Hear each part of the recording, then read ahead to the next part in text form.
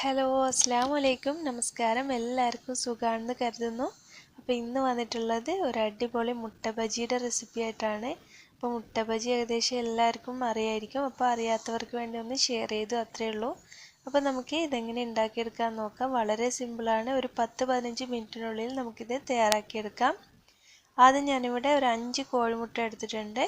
ഇതിന് പ്രഷർ കുക്കറിൽ വെച്ചിട്ടാണ് ഞാൻ വേവിച്ചെടുക്കുന്നത്.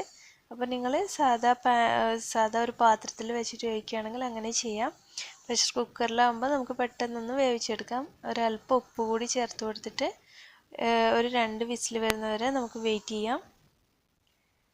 ഇപ്പോൾ 2 വിസിൽ വന്ന് ചൂടൊക്കെ തണുത്തതിന് ശേഷം ഞാൻ മുട്ട ഒന്ന് പൊളിച്ചെടുക്കുകയാണ്.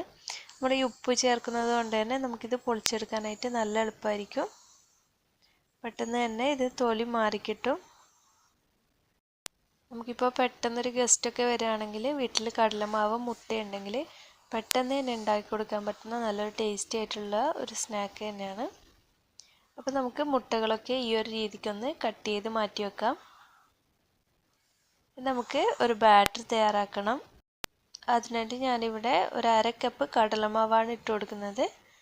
അപ്പോൾ ഈ ഒരു 1/2 കപ്പ് കടലമാവിലേക്ക് 1.5 ടേബിൾ സ്പൂണോളം മൈദമാവ് കൂടി ചേർത്ത് കൊടുക്കുന്നുണ്ട്. അതുപോലെ തന്നെ ഇതിലേക്ക് 1 ടീസ്പൂണോളം അരിപ്പൊടി കൂടി ചേർക്കുന്നുണ്ട്, നല്ലൊരു ക്രിസ്പി ആയി കിട്ടാൻ വേണ്ടിയിട്ടാണ്.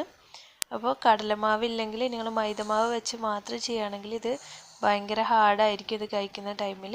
അപ്പോൾ കടലമാവ് തന്നെ ട്രൈ ചെയ്യാനായിട്ട് ശ്രദ്ധിക്കുക. അടുത്തതായിട്ട് കുറച്ച് ഉപ്പ് ചേർത്ത് കൊടുക്കുന്നുണ്ട്. അതുപോലെ തന്നെ നമുക്കിതിലേക്ക് കുറച്ച് മുളക് പൊടി ചേർത്ത് കൊടുക്കണം. ഒരു 1/2 ടീസ്പൂണോളം മതിയാകും. അതുപോലെ തന്നെ ഒരു 1/2 ടീസ്പൂണോളം അല്ലെങ്കിൽ 1/4 ടീസ്പൂണോളം മഞ്ഞൾപ്പൊടി ചേർക്കാം. പിന്നെ നമുക്കിതിലേക്ക് ഒരു 1/4 ടീസ്പൂൺ അളവിൽ ഗരം മസാല കൂടി ചേർത്ത് കൊടുക്കാം. ഇനി നമുക്ക് ചെറുതായി അരിഞ്ഞെടുത്തിട്ടുള്ള ഇത് ഞാൻ ചുവന്നുള്ളി അതായത് ചെറിയുള്ളിയാണ് എടുത്തിട്ടുള്ളത്. അപ്പോൾ സവാള എടുക്കുകയാണെങ്കിലും ഒരു 2-3 ടേബിൾ സ്പൂണോളം ചെറുതായി അരിഞ്ഞത് ചേർക്കാം. പിന്നെ 2 പച്ചമുളക് ചെറുതായി അരിഞ്ഞത് ചേർത്ത് കൊടുക്കാം. അപ്പോൾ പച്ചമുളകൊക്കെ നിങ്ങൾക്ക് എരിവിന് ആവശ്യത്തിനുള്ളത് ചേർത്ത് കൊടുക്കാം. അതുപോലെ തന്നെ ഇഞ്ചി ഞാൻ ഏകദേശം ഒരു 1.5 ടീസ്പൂണോളം ഇഞ്ചി ഉണ്ടാവും, ചെറുതായി അരിഞ്ഞിട്ട് ഒന്ന് ചതച്ചെടുത്തതാണ്. ഇനി ഇതിലേക്ക് കുറച്ച് കറിവേപ്പില ഇതുപോലെ ഒന്ന് ചെറുതായി കട്ട് ചെയ്തത് കൂടി ചേർത്ത് കൊടുക്കാം. ഇനി ഇതെല്ലാം കൂടി മിക്സ് ചെയ്തിട്ട് നമുക്കൊരു ബാറ്റർ തയ്യാറാക്കണം. അപ്പോൾ ഇതിൽ വെള്ളം കുറേശ്ശെ ഒഴിച്ചിട്ട് നമുക്ക് കട്ടകളൊന്നും ഇല്ലാതെ വേണം ഈ ഒരു ബാറ്റർ തയ്യാറാക്കാനായിട്ട്. ഏകദേശം ഒരു 1/2 കപ്പിൻ്റെ അടുത്ത് വെള്ളം ഞാൻ ഈ ഒരു ബാറ്റർ തയ്യാറാക്കാനായിട്ട് ഒഴിച്ചു കൊടുത്തിട്ടുണ്ട്.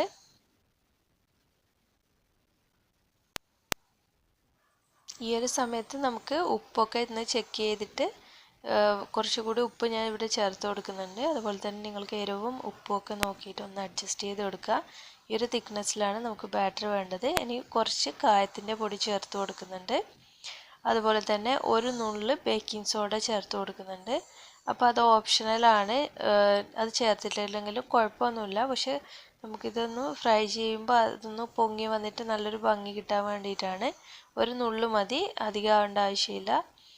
ഇത് ജസ്റ്റ് ഒന്ന് നന്നായിട്ടൊന്ന് മിക്സ് ചെയ്ത് കൊടുക്കാം. അതുപോലെ തന്നെ നിങ്ങൾ ബാറ്റർ തയ്യാറാക്കുമ്പോൾ ലൂസായി പോവുകയാണെങ്കിൽ കുറച്ചുകൂടി കടലമാവ് ചേർത്തിട്ടൊന്ന് തിക്കാക്കി എടുക്കുക. കാരണം നമ്മൾ ബാറ്റർ ലൂസാവുകയാണെങ്കിൽ മുട്ടയിൽ നമ്മളിത് കോട്ട് ചെയ്യുന്ന സമയത്ത് ശരിക്കങ്ങ് കോട്ട് ചെയ്യാനായിട്ട് പറ്റില്ല.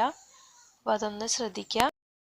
അപ്പോൾ നമ്മുടെ മുട്ട ബജി ഉണ്ടാക്കാനായിട്ട് എണ്ണ നന്നായിട്ട് ചൂടായി വന്നിട്ടുണ്ട്. ഇനി നമുക്ക് ഈ ബാറ്ററിൽ മുട്ട ഇതുപോലെ ഒന്ന് കോട്ട് ചെയ്തിട്ട് എണ്ണയിലേക്ക് ഇട്ട് കൊടുക്കാവുന്നതാണ്. അപ്പോൾ ശ്രദ്ധിക്കേണ്ടതെന്ന് വെച്ചാൽ എണ്ണ നല്ല ചൂടായ സമയത്ത് തന്നെ ഇട്ട് കൊടുക്കുക. അതുപോലെ തന്നെ കുറച്ച് 1 മിനിറ്റൊക്കെ കഴിയുമ്പോൾ നമുക്കിത് മീഡിയം ഫ്ലെയിമിലും പിന്നെ കുറച്ച് സമയം ലോ ഫ്ലെയിമിലും അങ്ങനെ ഒരു 2-3 മിനിറ്റ് കൊണ്ട് നമുക്കിതൊന്ന് ഫ്രൈ ചെയ്ത് മാറ്റാം. പിന്നെ ഒരു കാര്യം ശ്രദ്ധിക്കണമെന്ന് വെച്ചാൽ നമ്മളിത് മുട്ടയായതുകൊണ്ട് തന്നെ എണ്ണയിലിടുമ്പോൾ പൊട്ടിത്തെറിക്കാനുള്ള ചാൻസ് ഉണ്ട്. അപ്പോൾ അതൊന്ന് ശ്രദ്ധിച്ചിട്ട് കുറച്ച് ദൂരെ നിന്നിട്ട് വേണം ചെയ്യാനായിട്ട്. അപ്പോൾ ഇത് ഏകദേശം ഒരു സൈഡ് നന്നായിട്ടൊന്ന് ഫ്രൈ ആയി വരുമ്പോൾ നമുക്കിതുപോലെ ഒന്നങ്ങ് തിരിച്ചിട്ട് കൊടുക്കാം. 2 സൈഡും ഒരു ഗോൾഡൻ കളർ ആകുമ്പോൾ ലൈറ്റ് ഗോൾഡൻ കളർ ആകുമ്പോൾ നമ്മൾ ഇത് എണ്ണയിൽ നിന്ന് മാറ്റാം. ഏകദേശം ഒരു 3 മിനിറ്റൊക്കെ വേണ്ടി വരും ഇതൊന്ന് കുക്കായി വരാനായിട്ട്. അപ്പോൾ ഞാനിത് മീഡിയം ഫ്ലെയിമിലാണ് ഇപ്പോൾ വെച്ച് കൊടുത്തിട്ടുള്ളത്. അപ്പോൾ നിങ്ങൾ കുറച്ച് സമയം ലോ ഫ്ലെയിമിൽ വെച്ച് ചെയ്യുകയാണെങ്കിൽ നിങ്ങൾക്ക് നല്ല ക്രിസ്പി ആയിട്ട് വേണമെങ്കിൽ അങ്ങനെ ചെയ്തെടുക്കാം.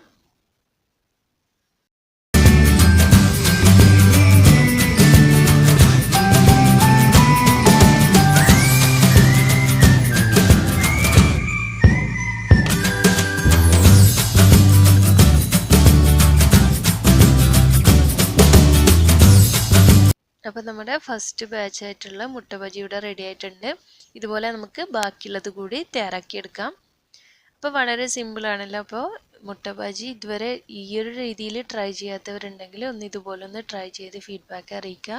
അതുപോലെ തന്നെ ഇതുവരെ ട്രൈ ചെയ്യാത്തവരുണ്ടെങ്കിലും ഒന്ന് ട്രൈ ചെയ്ത് നോക്കുക. വളരെ സിമ്പിളാണ്, അതുപോലെ തന്നെ നല്ല ടേസ്റ്റിയാണ്. പിന്നെ പ്രീവിയസ് വീഡിയോസൊക്കെ കാണാത്തവരുണ്ടെങ്കിൽ ഒന്ന് കണ്ടു നോക്കുക. അതുപോലെ തന്നെ ചാനൽ സബ്സ്ക്രൈബ് ചെയ്യാതെ കാണുന്നവരുണ്ടെങ്കിൽ വീഡിയോക്ക് താഴെ ഒരു ചുവന്ന സബ്സ്ക്രൈബ് എന്ന് എഴുതിയത് കാണാം, അതൊന്ന് ക്ലിക്ക് ചെയ്ത് സപ്പോർട്ട് ചെയ്യുക. അപ്പോൾ ഒരു കുഞ്ഞു ബെല്ലിൻ്റെ പടം വരും, അതിൽ ഓൾ എന്ന ഓപ്ഷൻ ഒന്ന് ക്ലിക്ക് ചെയ്യണേ. താങ്ക്